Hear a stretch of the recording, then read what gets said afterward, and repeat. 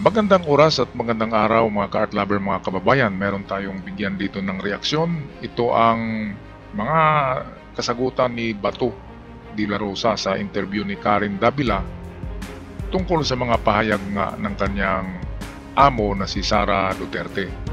Narito ang video, atin muna panoorin. Galit yung mga taong bayan. Silent majority. Paano galit?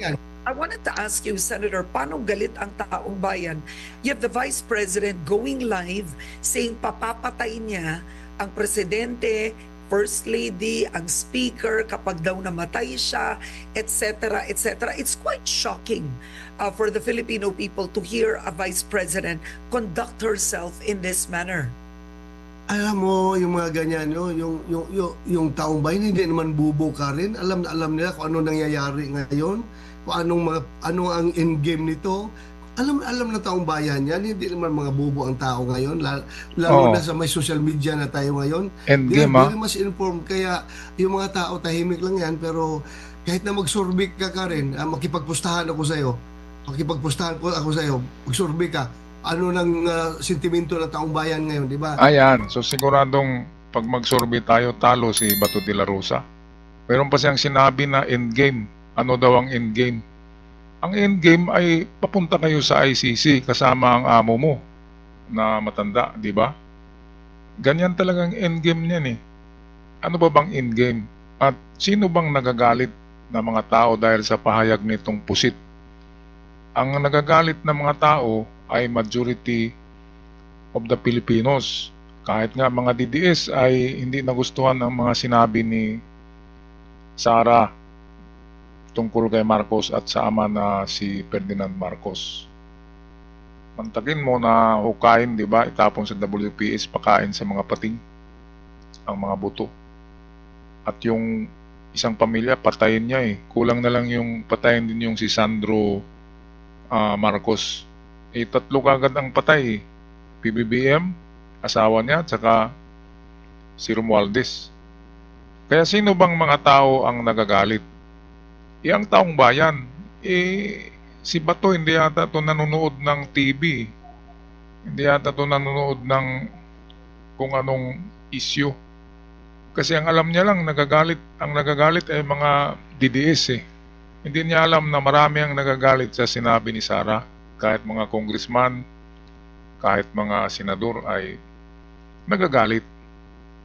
Okay, balik tayo sa interview ni Karen Davila dito kay Bato. Loading tong si Bato. Galit na galit. The more that they found on the VP Sara na isang babae na wala nang kakampi, siya na lang mag-isa. Ba? The more. Siya lang daw mag-isa. Ano ka? Kakampi ka dalawa na kayo. Nandiyan pa si Robin Padilla, Cynthia Villar, Bongo.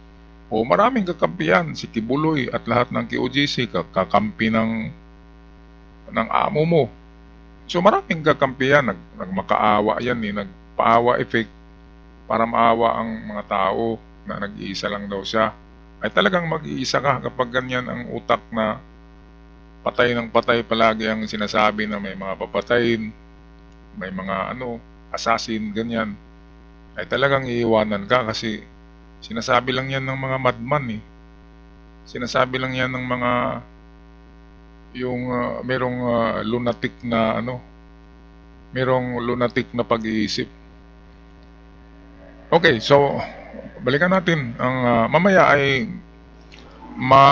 mapanood nyo sa bandang dulo ang sabi ng mga itong loyalista ni PBM tungkol sa pangapahayag ni Bato de la Rosa. Nagagalit ang taong bayan. Hindi natin maglokohan. Prangkahan lang tayo. Magsurvey ka. Pumunta ka sa kalsada. Okay, Sara. Ito.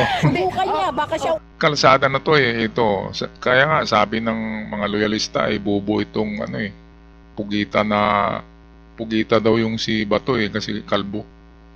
Kaya ito na ngayon yung survey ni Karen Davila. Pakinggan natin. Unang ilibing. Gusto ko pina-accept na pangalawang pangulo siya. Siya ang bangag. Inutil. Useless. Alam, tawag ko dyan, tambalistay na pugita. Alam mo ba yung pugita? Pagka nag-aasik na ng tinta niya, pagka itim-itim na, pagkalangsa-langsa. Ayan siya. Pugita pala. presidente raw siya ng ano ng sa impyerno.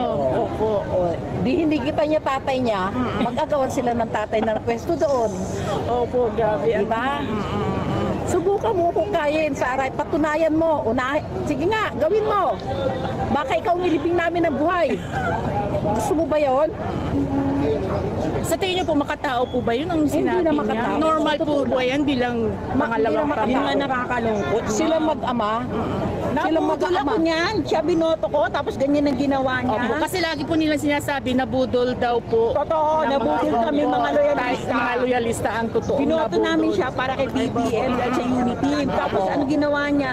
Part of the unity team, kaya lang ngayon, parang nagkaroon na kami ngayon ng hesitation Tapos sa kanya. isusumbat niya, kundi raw sa kanya, mananalo raw ba siya? Yes po, lagi niya po. Marami talagang Marcos loyal. Kailan lang Pinaka siya number 1. Sumubukan niya tumakbo sa 2028 kung lalabas siya. Nako. Ang Duterte, kabutihan, kailan lang sumulpot. Kabutihan kung di pa naging presidente at sinuportan ay minuon yan si Duterte, makikilala ba sila? Hindi. Ang Marcos mulat sa pool, talagang kilala Marcos sa na. all over the world. Kilala ang Marcos. Tama, Ang tama. Duterte, kabute. Tapos sila naghahari-harian Mushroom ngayon. yan, kabuti, Sila mushroom. mag-aama, mga yung kampon ba ng dilim. Sa totoo lang, kampon ng dilim. Kultong dutae na kriminal. Ilabas nila yung pera ng taong bayan. Maniwala talaga kami. Ibalik niya. Mahal niya ang Pilipinas. Opo.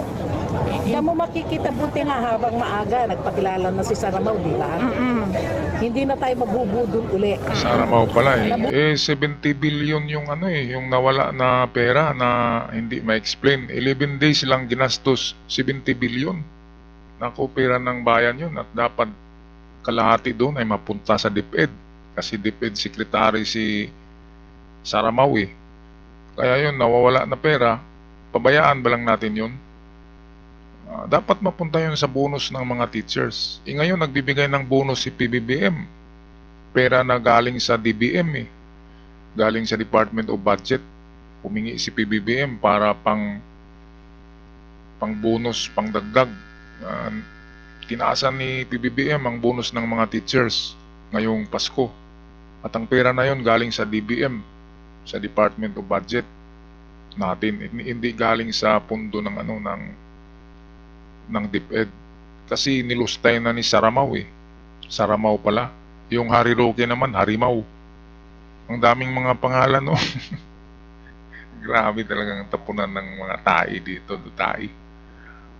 Okay, so dito marinig natin ang sentimento ng mga loyalista Tama ka naman na si Marcos ay matagal nang sikat yan. Ilang dekada na, kahit sa labas ng bansa. At yung mga dutae naman na sinasabi ay kabuti, bigla lang sumulpot. Kabuti, mushroom yan Lalabas lang yan pag tag-ulan. Kaya kabuti nga. Maya-maya lang ay mapakinggan din natin ang side ng ating mga kapatid na Muslim dito sa Lunita Park yata ito, kung hindi ako nagkamali. Budol niya ba tayo minsan, tama na. 2 beses pala ng budol ang ng Duterte. Opo, ibig sabihin po sila ang nambudol talaga. Yes, nasa ng pudol, hindi si PBBM. Malaking tiwala namin sa kanila before. Ngayon nawala lang. Si Presidente, si Dutae, kahit hindi namin na pinoto yan dahil Miriam kami. Pero siya ang nanalo na presidente, ginalang namin, di ba? Ayun yun Ito na sila Good morning!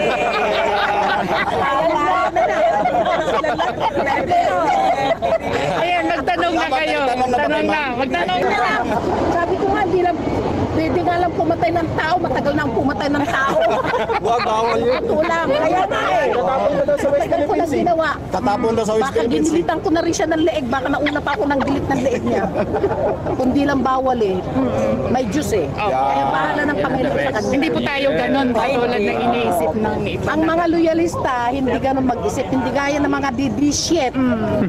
Mga bubo, wala ito. Mga saradong utak. Kung kasi... Ay nako, kaya kayo diyan mga DDS na DDS ang tawag, ay buksan nyo na ang isip nyo kasi sinabi nitong Ali dito na sarado daw ang isip nyo. Kaya buksan nyo. Tingnan nyo kung sino talaga ang dapat piliin. isipin nyo ang kapakanan ng Pilipinas. Baka sa susunod na umaga ay bandila na ng China ang nandyan sa barangay hall nyo kasi binuto nyo ulit yung maka-China, di ba? Ako, wala akong pinapanigan, pero sa dalawa, sa maka-China at maka-Pilipinas, dito ako sa maka-Pilipinas. Kahit na bangag pa ito, ay dito na ako. Dahil maka-Pilipinas eh. Kung China, magiging komunista, anong gagawin nyo? Di ba? Hindi na kayo makapagtungits kasi yan ang ginagawa nyo. Hindi na kayo makapag-chismis-chismis kasi yun ang ginagawa nyo palagi. Kaya dapat maka-Pilipino. Di ba? Kahit na yung isa, sinabi nyo bangag, yung isa naman dutai, tukhang king, ay saan kayo, di ba? Sa ibenta ba tayo sa China? Ay wala na tayong freedom kapag ganyan na komunista na, di ba? Kaya mamili kayo. Kung pira-pira lang, sige, kunin niyo yung bayad nila sa inyo, gamitin niyo yung bayad, pero yung puso niyo doon sa makabayan, di ba? Hindi ako nagsabi na PBBM, kahit sinong katapat ni Dutai, basta't makabayan lang, basta't hindi maka-China, doon ako, kahit sino. Ayoko nang mabinta tayo sa China. Yan lang ang point ko. Okay, so ito, pakinggan na natin ang ating mga kapatid na Muslim. Susuportahan namin si Bibi Marcos. Yung mga ganun namin. Kami? Never. Kami 90% of the Philippines. Hindi kami ma-withdraw. O sadyang fake news lang yung mga vlogger na yun na nagsasabi. Ako magaling din ako mag-vlog yan. Oo. Fake news. Sir, pwedeng magtanong, bakit po hindi kayo sumama sa kanila? Ano po ang pinaglalaban natin na hindi po kayo sumama sa mga sinasabi niyong mga tanga na umalis na po sila sa Bumaklas sa suporta. Oo, yung suporta nila sa ating Pangulo. Siyempre po, ano po ba ang hinahanap mo? Nandito na tayo sa Pilipinas. O, ano pang winintay natin? Nandito na yung mga leaders na may malaking pinag-aralan. Nakita natin ang Pilipinas, kumasinso. Huwag natin pakinggan yung mga sinasabi nila. Yung bato nila kay BBM na yung 20 pesos na rice, bakit hindi natupad? Natural, nagkaroon po tayo ng disaster. Isang ba kukunin ng 20 pesos? Walang nagawa ang presidente kasi lahat ng palay sa buong Pilipinas ay nasira. Ito, mayroon pa ring mga mura na rice ngayon. Ito yung bigas ng bayan sa NFA. Ang NFA rice ay meron lang mabibili na 30 pesos. Pero kakaiba nga ang amoy. Parang hindi makain eh. Kaya ang binibili natin ay mga imported rice na galing ng China, Vietnam. At hindi yan maibaba sa 20 kasi mataas na ang halaga ng kuha niya ng mga negosyante. At hindi gobyerno ang bumili niyan eh. Merong mga rice cartel kaya hindi bumaba ang mga presyo. Ang binili ng ating gobyerno galing sa ating local farmers ay nasisira nga dahil sa binabagyo. Kaya wala tayong stock na marami sa NFA rice. Yun ang bigas ng gobyerno na pwedeng maging 20 pesos lang. Ang problema kasi ay palagi nga tayong binabagyo eh. Kaya wala tayong stock na local rice. Yan ang katotohanan yan. Kaya hindi pwedeng ibaba ang presyo ng bigas. Meron ngang mababa pero halos hindi mo makain dahil sa amoy. Dahil sa ito'y old stock na nandyan sa budiga ng NFA. Okay, meron lang ako napansin dito sa mga damit ng mga loyalista eh. Pareho nga pula pero ito parehong pula ang mga damit niyan pero iba-iba ang printa. At ang printa ay hindi mga PBBM. Merong iba diyan na merong marka na Bangon Pilipinas pero karamihan ay basta't kulay pula lang eh. Ayan o. Meron pang hindi pula na color, maroon. Kaya ibig sabihin yan, kung ganyan na assorted ang t-shirt, hindi pareho, ibig sabihin ay hindi sila funded. Kasi kung funded, merong printed shirt eh, pareho ang t-shirt. Tingnan nyo sa mga DDS, pareho ang printa eh, yung green t-shirt nila, may mga print na pareho. ibig sabihin funded yan at merong nag-ano niyan, gumastos. Merong nagsuporta. Ito wala eh. Talagang loyalista. Kasi color coding lang eh. Kung ano man lang maisuot nila, basta't kulay pula. Yung isa maroon, no? Itong kapatid na Muslim naman ay naka-jacket lang. Na mayroong simbolo ng flag. Kaya tama nga na pumunta din yung mga loyalista na hindi binabayaran. Kasi makikita natin sa damit eh. Ang binabayaran ay yung meron silang uniform, ang printed ang t-shirt na pareho. Ayun, so balik tayo dito kay kapatid. Yung 20 pesos na rice, bakit hindi natupad? Natural, nagkaroon po tayo ng disaster. Isang ba kukunin ng 20 pesos? Walang nagawa ang presidente kasi lahat ng palay sa buong Pilipinas nasira. Ano ko lang sir, sabi daw nila, pag ikaw ay nasa Mindanao ay sulit, Duterte daw. Hindi rin po. Hindi ako naniniwala dyan. Kami magiging sulit. Napakatanga namin. Puro history yung bahay namin sa Marawi. Nasunog, nasira. Hindi man binayaran tapos maka Duterte pa kami. Ano yun? No, sira o no? Sir, anong meron sa inyo? Las Piñas chapter, NPR. Ito, NPR. Marcos pa rin National Group Organization. Sir, kumusta po bilang isang NGO, kumusta po yung pagsuporta natin kay Pangulong Bongbong Marcos? Kami, solid. Pero pa sa good, okay naman. So, sir, ano masasabi nyo? May mga nagsasabi na nandito daw, binayaran para pumunta rito. Wala ako, napasahay pa nga kami. Wala doon, nandito. Itong mga taga Luzon, taga Metro Manila, dyan sa sentro ng Manila, Northern Luzon, lahat talaga yan ay PBBM na sa ngayon. Marcos na yan. Kasi yung mga dilawan ay dumikit na sila sa Marcos. And then yung mga pinklawan, mga pinkies, ay dumikit na rin. Meron ng alyansa ang tatlo. Kasi kung pagpipilian mo, kahit yung mga simbahan na Katoliko, dito na sila kay PBBM, pari, kasi binabastos ang Diyos, binabastos ang mga pari ni Duterte. Kaya pagpipilian nila, bangag o killer. Yun lang ang pagpipilian. So dito ka na sa bangag kasi hindi ka mamamatay kung ganyan. Pero hindi bangag yan. Si PBBM ay matinong tao yan. Mabait at saka napaka-intelihente. Nag-aaral sa iba't ibang universidad sa labas ng bansa. Kaya elite na leader yan si PBBM. Ngayon, balik tayo sa mga loyalista. Diyan sa Luzon, buong Luzon, dahil converted na sila ngayon, converged na, ay PBBM support na dyan. At ang mga DDS dyan, na sinasabi nila Dutai, ay funded lang yan ng grupo na maka-China.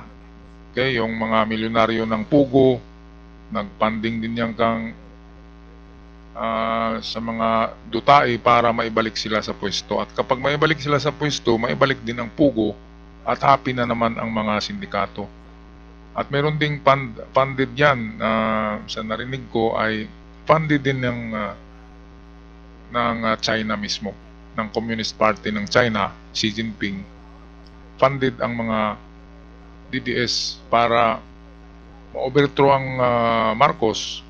At kapag nanalo ang mga DDS, ay babalik muli sa China ang pagiging probinsya ng Pilipinas. Kasi noon hindi natin alam eh.